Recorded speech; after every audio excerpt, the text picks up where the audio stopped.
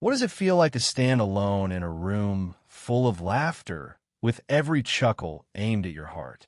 For me, Clara Evans, that question wasn't hypothetical. It was the sting of reality at my family's annual reunion.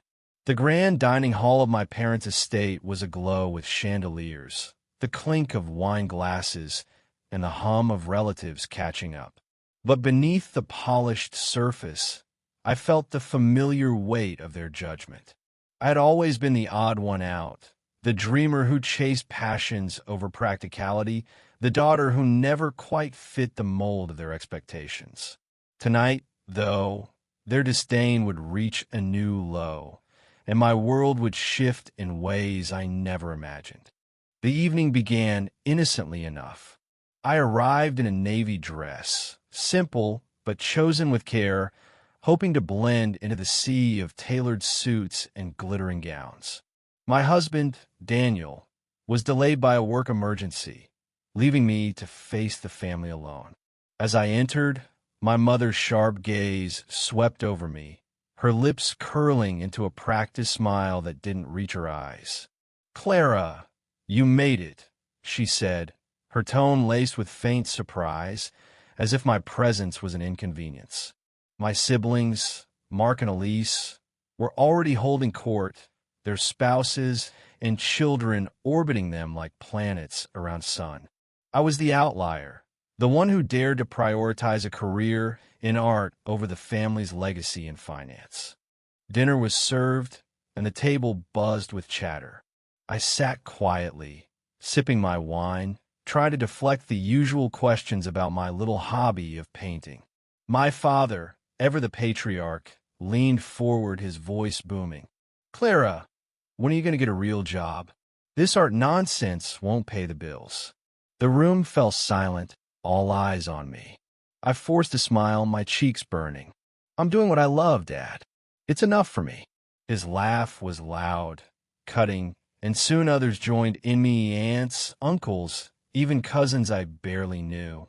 "Oh, Clara," my mother chimed in, her voice dripping with pity. "Always chasing fantasies. You're nearly 35. It's time to grow up." The laughter grew, a chorus of mockery that pinned me to my seat. Mark, my older brother, raised his glass. "To Clara, the family dreamer. Maybe one day she'll paint us a fortune." The room erupted, and I felt my heart shrink, each chuckle a needle piercing my resolve. I wanted to scream, to run, but I stayed, clutching my napkin, my eyes fixed on the table. This was my family, the people who were supposed to love me, tearing me apart in front of everyone. Then, a soft voice broke through the din, unfamiliar yet warm. "Excuse me, is this seat taken?" I looked up to see a woman I didn't recognize, her silver hair pulled into a neat bun, her eyes kind but sharp. She wore a modest sweater, out of place among the formal attire, and carried a small sketchbook. Before I could respond, she sat beside me, undeterred by the curious stares. "I'm Evelyn," she whispered, leaning close. I overheard them. "Don't let them dim your light." Her words were a lifeline, pulling me from the edge of despair. I nodded, unsure who she was, but grateful for her presence. Evelyn's arrival shifted something in the room. The laughter died down, replaced by awkward murmurs. My mother, ever the hostess, tried to steer the conversation elsewhere, but Evelyn wasn't done. "I saw Clara's work online," she said loudly, addressing the table. "Her paintings are breathtaking, raw, emotional, real. You'd be wise to pay attention." The room stilled again, this time with a different tension. My father scoffed. "And who are you exactly?" Evelyn smiled, unfazed. "Just someone who knows talent when she sees it. I run a gallery in the city. Clara's work is on my radar." The twist hit me like a wave. A gallery owner? Here? My family's expressions shifted, some skeptical, others intrigued. I felt a flicker of hope, but it was short-lived. Mark leaned forward, his tone mocking. "A gallery? Come on, Evelyn, don't encourage her. Clara's just dabbling." The laughter returned, softer but no less cruel. I sank lower, Evelyn's kind words now drowned by the familiar tide of doubt. I was ready to excuse myself, to flee this suffocating room, when the double door swung open. Daniel stood there, his suit slightly rumpled from his rush to get here, his presence like a storm breaking the heat. He scanned the room, his eyes locking onto mine, reading the hurt I couldn't hide. Without a word, he strode to my side, his hand resting on my shoulder, grounding me. "Sorry I'm late," he said, his voice calm but firm, addressing the room. "I had to finalize a deal. You see, Clara's latest painting just sold for $50,000 to a private collector." The silence was deafening. My jaw dropped, my mind racing. I hadn't sold anything yet. Daniel caught my eye, a subtle wink telling me to trust him. My father's fork clattered to his plate. "50,000?" he sputtered. "For a painting?" Daniel nodded, his voice steady. "That's right. And that's just the start. Clara's work is in demand. Galleries are calling.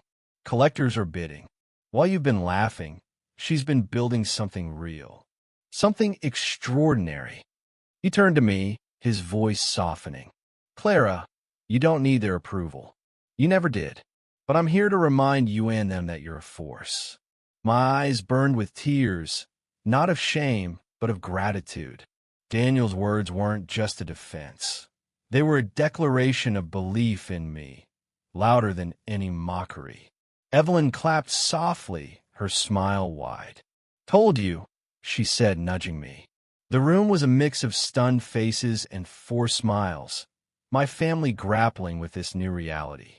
As dessert was served, the mood shifted. My mother, ever pragmatic, asked about the collector. My father, still processing, muttered about investments. Mark and Elise exchanged glances, their confidence shaken. I felt lighter, not because they suddenly respected me, but because I realized I didn't need them to. Evelyn slipped me her card, whispering, "Let's talk soon. Your work deserves a stage." Daniel squeezed my hand, his pride a quiet fire that warmed me. Later, as we drove home, I turned to Daniel. "Did you make that up? The $50,000. He grinned, sheepish. "Not entirely. I got a call today. A gallery reached out after seeing your online portfolio. They're offering $40,000 for Sunlit Shadows." I rounded up for effect. I laughed, tears spilling over. It wasn't just about the sale. It was about someone seeing me, truly seeing me, when I felt invisible. That night changed me. Not because my family's mockery stopped they'd always find fault, but because I found my anchors. Evelyn, the unexpected ally who saw my worth. Daniel, my rock, who turned their laughter into silence. And most importantly, myself, learning to stand tall despite the noise. Family can wound, but they don't define you. Sometimes, it takes a stranger's kindness and a partner's unwavering love to remind you of your own light. In the weeks that followed, I met with Evelyn, whose gallery became my first real platform. My paintings sold, not for millions, but enough to prove I wasn't chasing a fantasy. My family's reunion became a distant memory, a story I'd tell one day with a smile, not a wince. Because when the world laughs, the right people, those who see your heart, will walk in and shut it down.